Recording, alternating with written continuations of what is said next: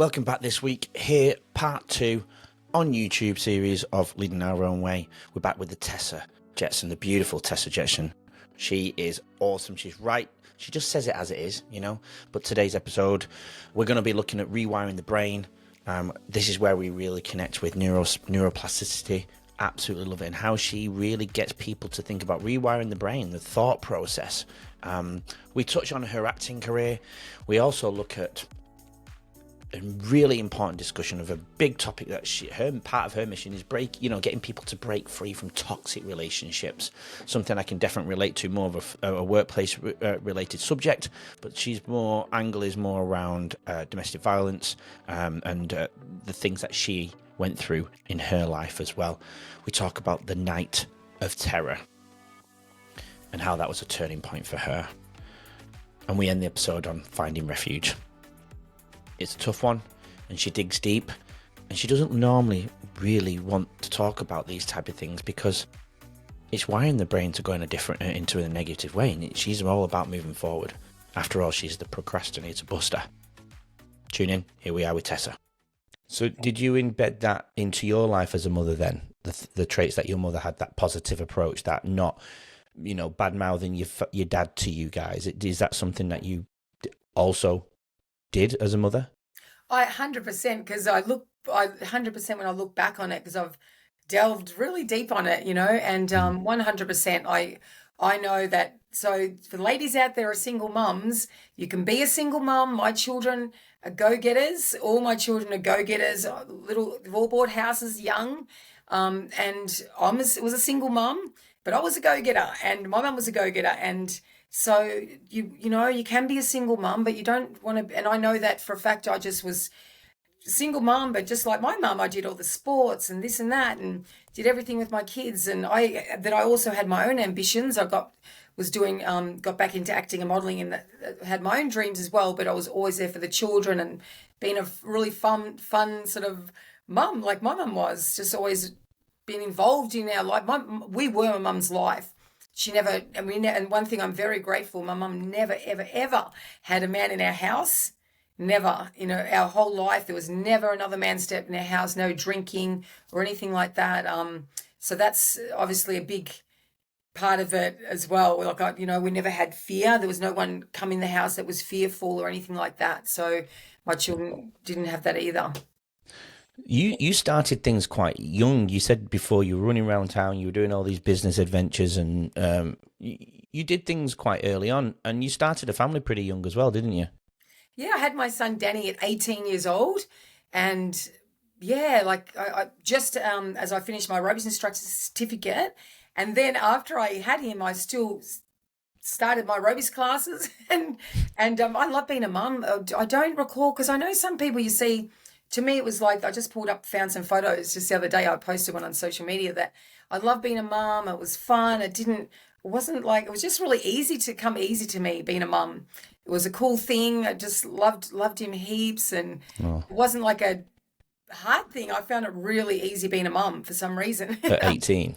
At 18, I really felt it easy, and I enjoyed it. I wasn't like, oh God, I've got a child, I'm young. It was like still got back in shape really quick and got back to modelling. And I only did all this stuff, the modelling and acting, just for some fun. For ladies out there as well, you need to do something for yourself for fun, and also it was my thing. I just loved doing that. So I did some part-time acting and modelling work. And I still do that. I just worked on Neighbours the other day, would you believe? You text me that, and I was like, Neighbours? I thought that had stopped. It did stop for a little while, and the main reason I still do acting today, because I help empower women. And guess what? One of my ladies who's in my book, who went through years of abuse, she texts me. She goes, Tessa, I just got booked for Tipping Point, and tonight she just texts me, goes, Tessa, I got booked for Neighbours. So I help the ladies get into acting just for their self-esteem, their confidence.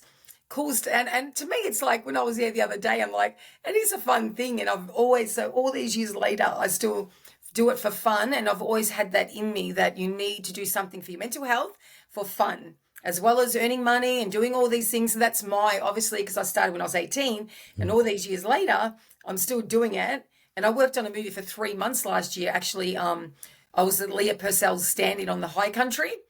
and hoping it goes to season 2 because I'm pretty sure that I'll get booked back on it, which is Brilliant. such a cool experience. But again, that's you can clearly see it's all like that's my fun thing.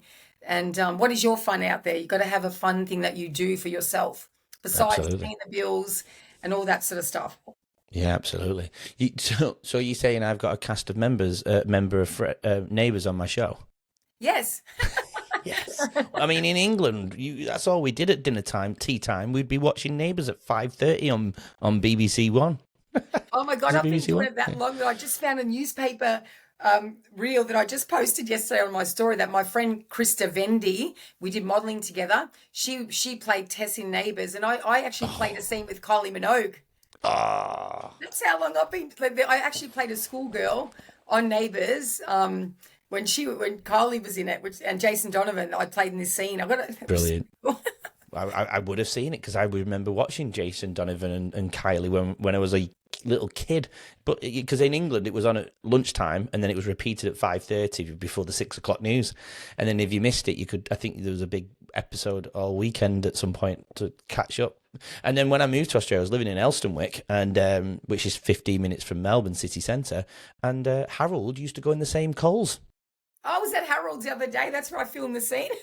I love Harold. I think Anyway. no, Andrew, I'll get you. You should get on there and do an episode. Just tick it off the bucket list.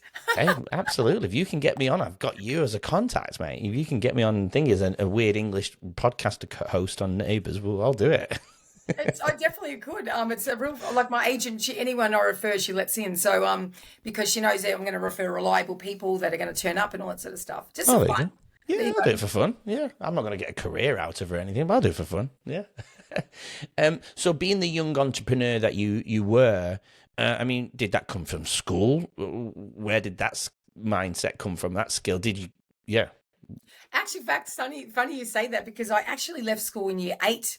Oh wow. Basically, my dad was a demolisher, so I lived with dad during grade 6. The whole of grade 6, I lived with dad. Then in year 8, I went on for Christmas with dad, and dad was doing a demolition job, and I was on the job site with my brother. So we were always welcome up there. We spent every Christmas with dad, and and I'm very blessed that his partners actually we were always welcome. So we just never had that drainingness as children. We are very blessed. I know we are very blessed in that. So I was on the job site with dad and my brother was showing me, he was so proud, he was showing me this, how we knocked over, we were staying in Surfers Paradise actually in a whole block of flats, and we were living them and smashing them down, and we'd have to move across the flats. So we're literally living free on this demolition site on my Christmas holidays with dad. And it was quite funny. Anyway, my brother showed me, he goes, come upstairs, and he wanted to show me that he smashed the whole top floor down. So I walked up there, and then I walked across the floor, and it was plaster. So I fell through the floor, broke my leg in 3 places. Oh. Dad come back from a day out in the boats because we didn't want to go to the boats. We wanted to go to Grundy's instead. And I'm in hospital. And so I spent 3 months with the broken leg in hospital. And basically I spent 6 months with plaster. I just never went back to school. So I never went back to school after that. And then I started work straight away. I was always working from 15 years old, bought mum a car. I just started working. So I never went back to school. So everything I've learned is from night school, doing typing lessons. I went to do typing, business courses, and working. Yeah. Wow. You do, you're right though. You do have such a positive mindset. It's very crystal clear that you do. But after having your first child, life wasn't also positive, was it? You went through a bit of a tough time, a bit of a darkness. Which probably your positive attitudes are probably why you got out of it the other end, but it wasn't so smooth after that, was it? No, so I had my son Danny at 18, and then so I moved in with my children's father, and so basically, and I was may as well have lived alone. He was never home. It was just out every night with his mates, and I'd always be at my mum's house with my brother and sister, and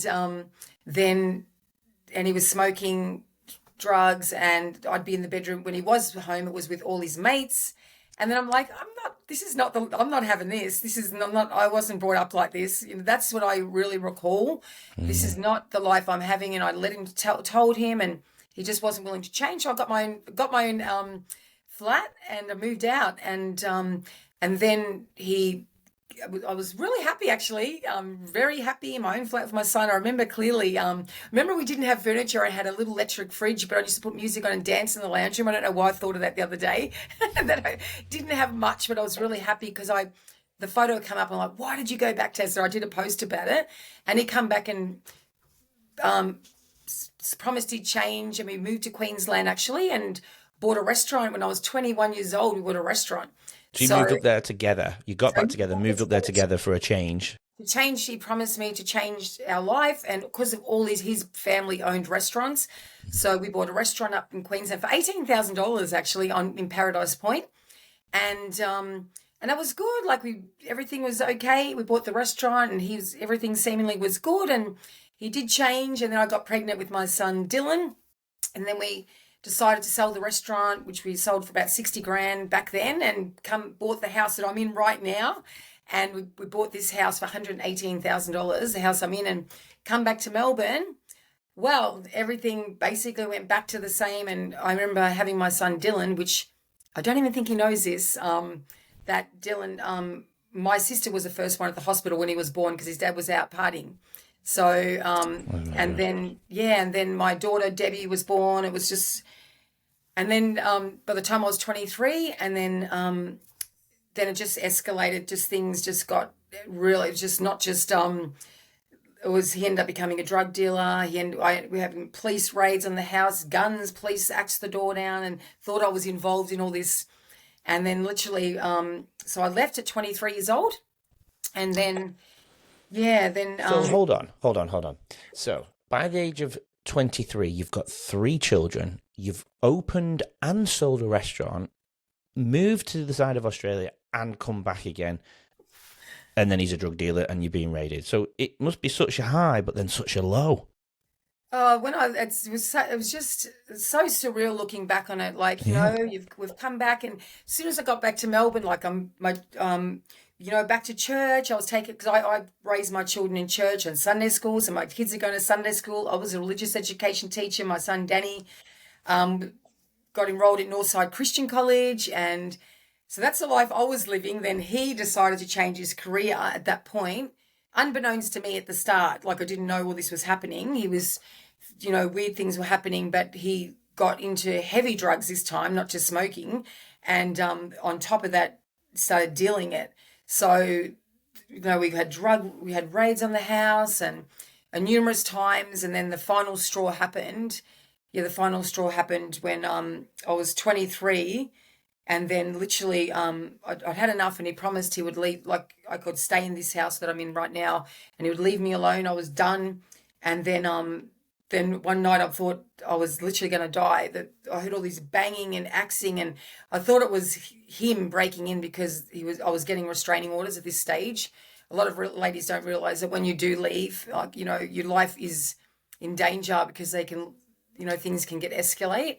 And I thought it was him breaking into the house, but it was actually police. They would axe down the front door, the hall door, the bedroom door, because I slept in one room with the kids locked, because I was scared I wanted us all together.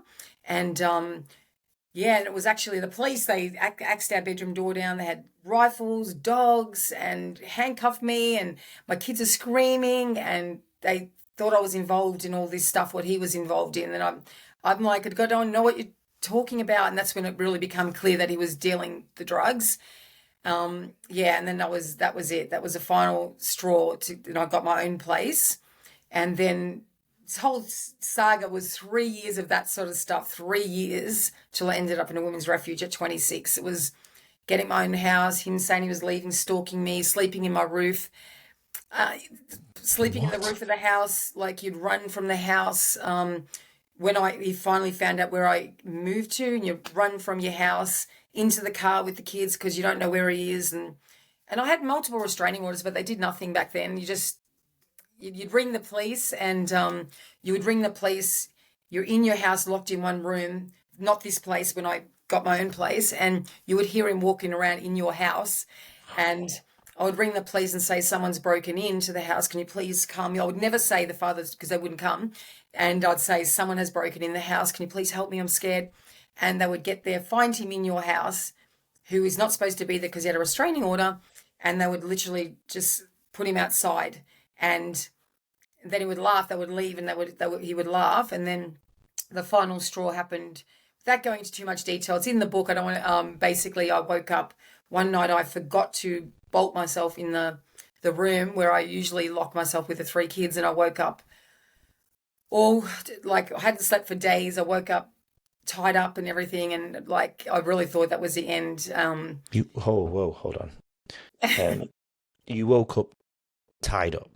Yeah, I was like literally thinking he was standing over me, and I won't go into the whole details, but literally like with a thing around my mouth so I wouldn't scream, and all I'm thinking is, how am I going to get, like, this is it, like he's been trying to get a hold of me for 3 years. This has been going on for 3 years at this point. 3 years of restraining orders, 3 years of being scared, 3 years of calling the police, 3 years of nothing being done, and this is still goes on today. I spoke to a lady yesterday who's had multiple restraining orders, and they just do nothing. They do nothing, honestly. And so I'm literally at this point, he's lost the plot. Like he was sleep in the roof and everything, which I didn't know at the time. The police told me later, and I'm thinking, how am I going to get out of this situation? And literally I had to basically undid that thing, and I said, I'm sorry, I promise, like basically saying I'm going to, go back with you, because, just saying that, and I kept thinking, how am I going to get out of this situation? Like, like he's lost it. And I literally waited till he was in the kitchen, because he was searching for numbers that he thought I had, because he's off his head on drugs. And I threw a coffee table out the lounge room window, dived about 10 feet down in my pajamas. There was blood everywhere, and I ran down to the neighbour's house, and I said, can you please call the police? Someone's broken in. And I was waiting in the bushes for, it seemed like so long, and no police came. And I went back and said, what's happening with the police? And they said, we didn't call, we don't want to get involved. So I had to go to somebody else. And this is the worst part of it all, that the police ended up coming to the house. They got him, everything like that. Then the housing commission come, fix the window, everything. And guess what happened? The next day, he's back in the house again. And I actually said I went down to the police station. I said, when are you going to let him out? He goes, oh, we already let him out. I'm like, and then I rang then I've been trying to get into a women's refuge, and I rang the refuge, because the very next day he's in there again. I'm like, and they told me actually when they came with the glass and everything that he's got blankets in the roof, spy holes, everything. And I thought, and I rang the refuge and said, if you don't help me, I'm not going to be around. Like, I need to get out of this house, please. And they actually, I'll never forget this day. For ladies listening, it was the best day. And they said, pack a bag, a taxi is going to be there in an hour, and they're going to take you to this location, and they're going to put you in a van, and then you're going to go this other, it was like exactly what you see in a movie.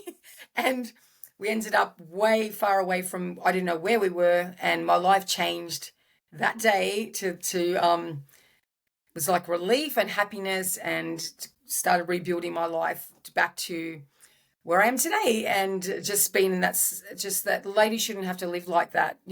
Calling the police every single day and nothing getting done about it. It's actually, I was 26 years old. I was so young. I didn't know. And actually, in fact, you know how I found out about the Women's Refuge? I actually did a commercial. I did a commercial for the police, and this scene actually had a fight scene in it, and I saw a brochure in there. Not once had the police told me about women's refuges. I didn't know about them. I never knew. Nobody had told me about them. And then I had the brochure that I did from a commercial that I filmed, because I was still somehow managing to do modelling during this time as well, and acting jobs, just casual. And mum would have the kids just for, just some sanity in this time. And and I saw the brochure, and that's how I found out about women's refuges. And that's when I kept calling.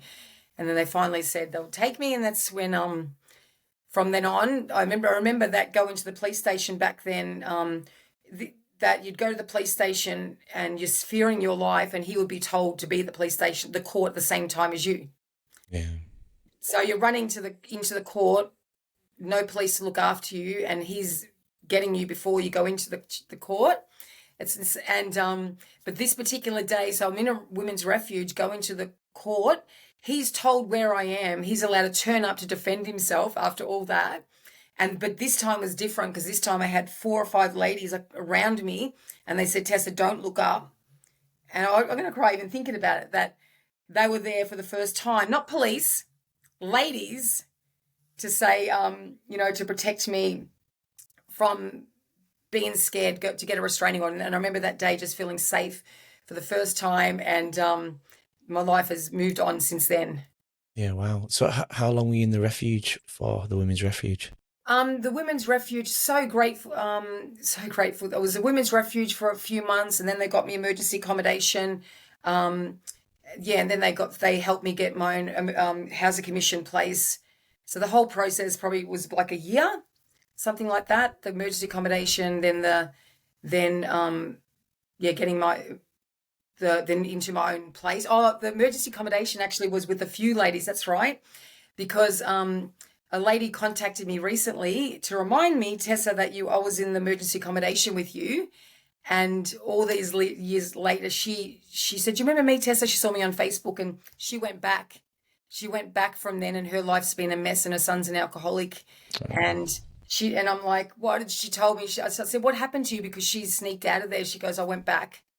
I'm like, "Oh my God!" And she said she only just recently left, like decades later, and her life was literally What a waste. Wasted her whole life, but not only that, ruined her son's life, because he's like an alcoholic, and I hear that a lot. So we need to leave for our children.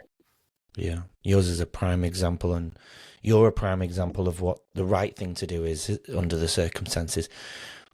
So with the house then, what happened to the house in that meantime? Because you're back in that house. That's the house you're currently selling, is that right? Join us tomorrow to hear more from today's incredible guests and learn valuable insights to help you lead your own way.